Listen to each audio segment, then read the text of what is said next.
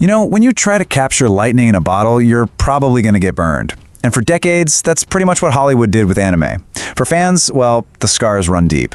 So when Netflix announced they were doing a live-action adaptation of One Piece, a story so big, so goofy, so beloved that it seemed just unfilmable. The reaction from fans wasn't just, "Oh, I'm not sure about this." It was dread. A real gut-level fear that another treasure was about to be completely ruined. I mean, can you blame them? We've all seen the ghosts of adaptations past. We remember that empty feeling of watching Dragon Ball Evolution, a movie that took this incredible world of adventure and squished it into some generic high school drama. And we remember the misfire of Netflix's own Death Note, which just sanded off all the smart psychological edges that made it brilliant. These weren't just bad movies, they were warnings. They were proof that Hollywood just didn't get it. So yeah, the fear around the One Piece project, it was not only understandable, it was totally earned. Okay, so let's break this all down. To really get what this show pulled off, we first have to understand the huge mountain it had to climb. We'll look at why everyone thought it was impossible. Then, we'll talk about the mindset shift you kind of need to judge it fairly. After that, we're going to do a deep dive into the characters, look at the show's really bold story choices, and then finally, we'll get to the big one, the final verdict on whether this adaptation actually found its treasure. So, let's start with the big problem. Why did pretty much everyone, from the most die-hard fans to just people who'd heard of it, believe this project was just absolutely 100% doomed from the very beginning? This wasn't just being pessimistic. It was a pretty logical conclusion when you look at what One Piece actually is. To really get the challenge here, you have to see it as this perfect storm of impossible tasks. First off, there's the world. I mean, One Piece isn't just a story, it's a whole planet with thousands of characters, decades of history, and islands that just spit in the face of physics. How do you even put a budget on that? Then you've got the fans, millions of them, across generations who are fiercely protective and incredibly passionate. They see everything. And we already talked about the shadow of past failures, which set expectations so low they were practically underground. But the biggest hurdle is what we call anime logic. How do you take a world where a guy made of rubber fights a swordsman who holds a sword in his teeth and make that feel real? The second the first cast photos came out, the backlash over the tiniest details showed just how hard this was going to be. But in this huge ocean of doubt, there was this one single lighthouse giving off a little glimmer of hope, and that was the direct, hands-on involvement of the story's creator himself, Eiichiro Oda. For the fans, this was everything. It meant the one person who knows the soul of One Piece better than anyone alive was steering the ship. It was a promise that, look, no matter what changes they had to make, the spirit of the story would stay intact.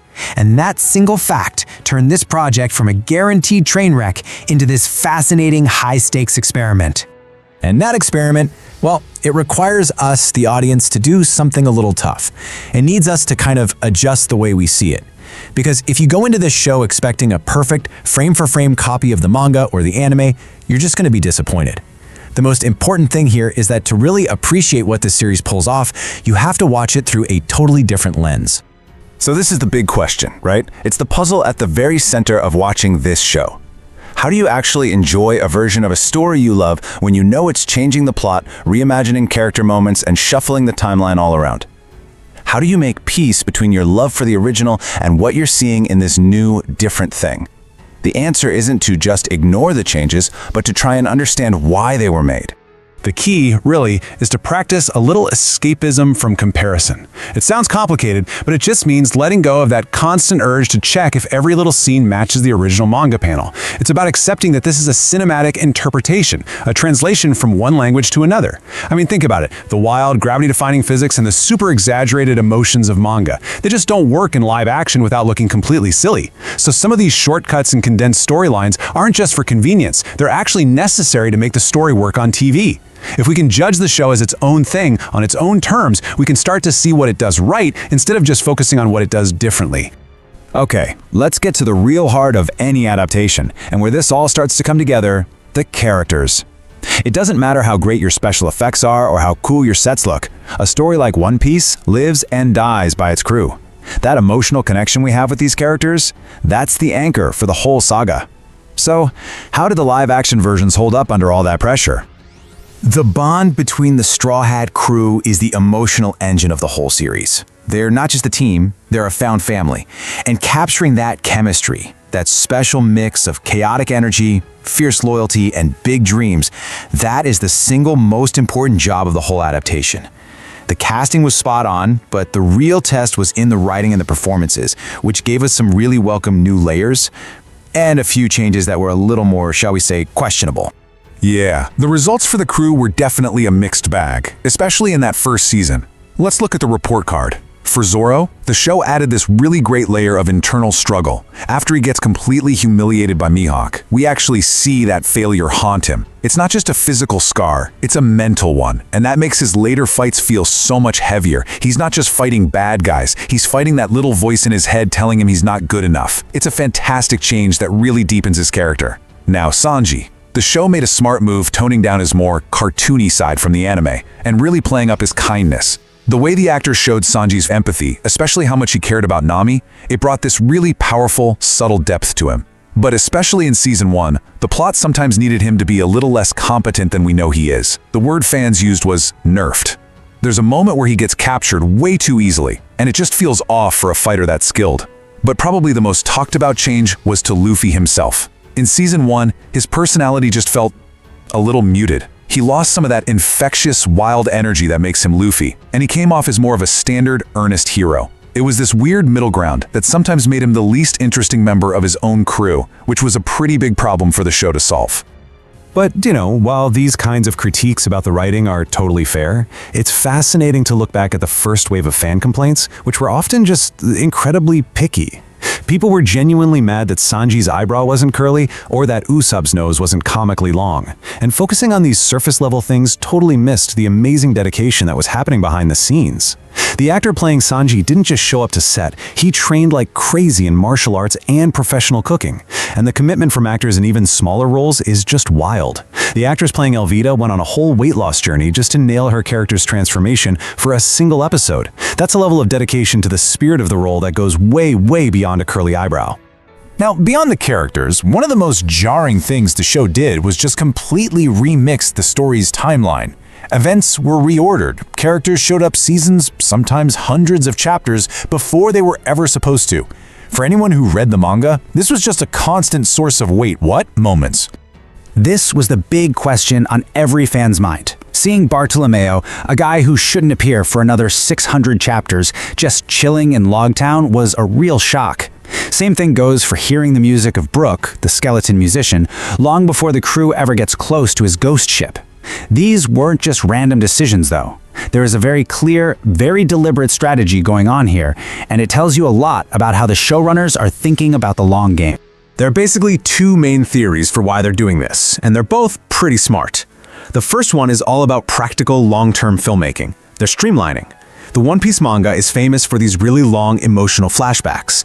By introducing a character's backstory early on, like giving us little hints of Sanji's tragic past with his family now, the show avoids having to slam on the brakes for a multi-episode flashback way down the line in a future season. It also cleverly deals with the simple fact that, well, actors get older. The second theory is maybe a little more cynical, but it makes just as much sense. It's a form of insurance. A show this massive is never guaranteed to get 10 seasons, so by giving us these little cameos now, the creators make sure that even if the show gets canceled too early, fans at least got to see beloved characters like Bartolomeo pop up, even if it was just for a second. It's a way to honor the original. And this willingness to mess with the structure points to a bigger theme: learning and adapting. For instance, a big criticism of Season 1 was that the whole subplot with Vice Admiral Garp really slowed things down and took too much time away from the Straw Hats. Well, in Season 2, the writers clearly listened. They pulled back on that focus, and it let the main story breathe so much better. It just goes to show that the team is willing to not just adapt the manga, but to adapt their own show based on feedback, which is a really important skill for a long-running series. So, after weighing all this, the impossible expectations, the necessary changes, the good and bad with the characters, and the bold story choices, where does that leave us? What's the final verdict on this adaptation that so many people were sure could never and should never even be made? Well, as you can see right here, the show is clearly getting better and better. Season 1 laid a solid foundation, even if it was a little shaky at times. It proved the idea could work, but it definitely struggled with pacing and finding the right balance for all its different parts. Season 2 took that foundation and just built on it beautifully, fixing a lot of the first season's mistakes. It was more confident, it was better balanced, and it was so much more emotional. It showed this amazing amount of growth and a much deeper understanding of what makes One Piece so special. And if you need any proof that this show really captured the spirit of the original, you just have to look at the story of Tony Chopper in Season 2. For so many of us, that arc is the emotional heart of early One Piece. I remember reading that part of the manga for the first time, hiding it under my desk in school, and getting to that moment where Chopper holds up the mushroom, not realizing it's poison, just desperate to save the only father he's ever known. I remember my eyes welling up, and watching the live-action version, that exact same feeling came rushing back. The same lump in my throat, the same devastating heartbreak and beauty. To be able to recreate that pure, powerful emotion despite all the changes, that's the show's greatest victory. And in the end, that's really what it all comes down to. This is a worthy adaptation precisely because it is not a perfect copy. It gets that live-action plays by different rules and needs a different kind of logic. But instead of just throwing out the heart of the story, it uses that new logic to find new ways to express it. It's a really hard balancing act, and the fact that it works as well as it does is kind of a miracle. A miracle that was only possible because Eiichiro Oda himself was there to guide it. And this leaves us with one last, kind of fascinating thought. We've been talking about the show's changes and its imperfections as flaws. But what if those flaws are actually its greatest strength? The original One Piece manga has over 1,000 chapters. The anime has over 1,000 episodes. That is a seriously intimidating wall for anyone new to climb. This show, by condensing the story and making it a little more straightforward, isn't trying to replace the original. It's a gateway. It's an invitation. For every one fan who's upset about a missing eyebrow curl, there might be 100 new people falling in love with this world for the very first time, who might then feel inspired to go pick up the manga and start that full epic journey. Maybe the best way to honor a story this huge isn't to copy it perfectly, but to build a new door so that millions more people can walk through it. If you enjoy this video, please like, share, subscribe and hit the bell to the later update from my channel. Thank you for watching till the end, and see you in the next video.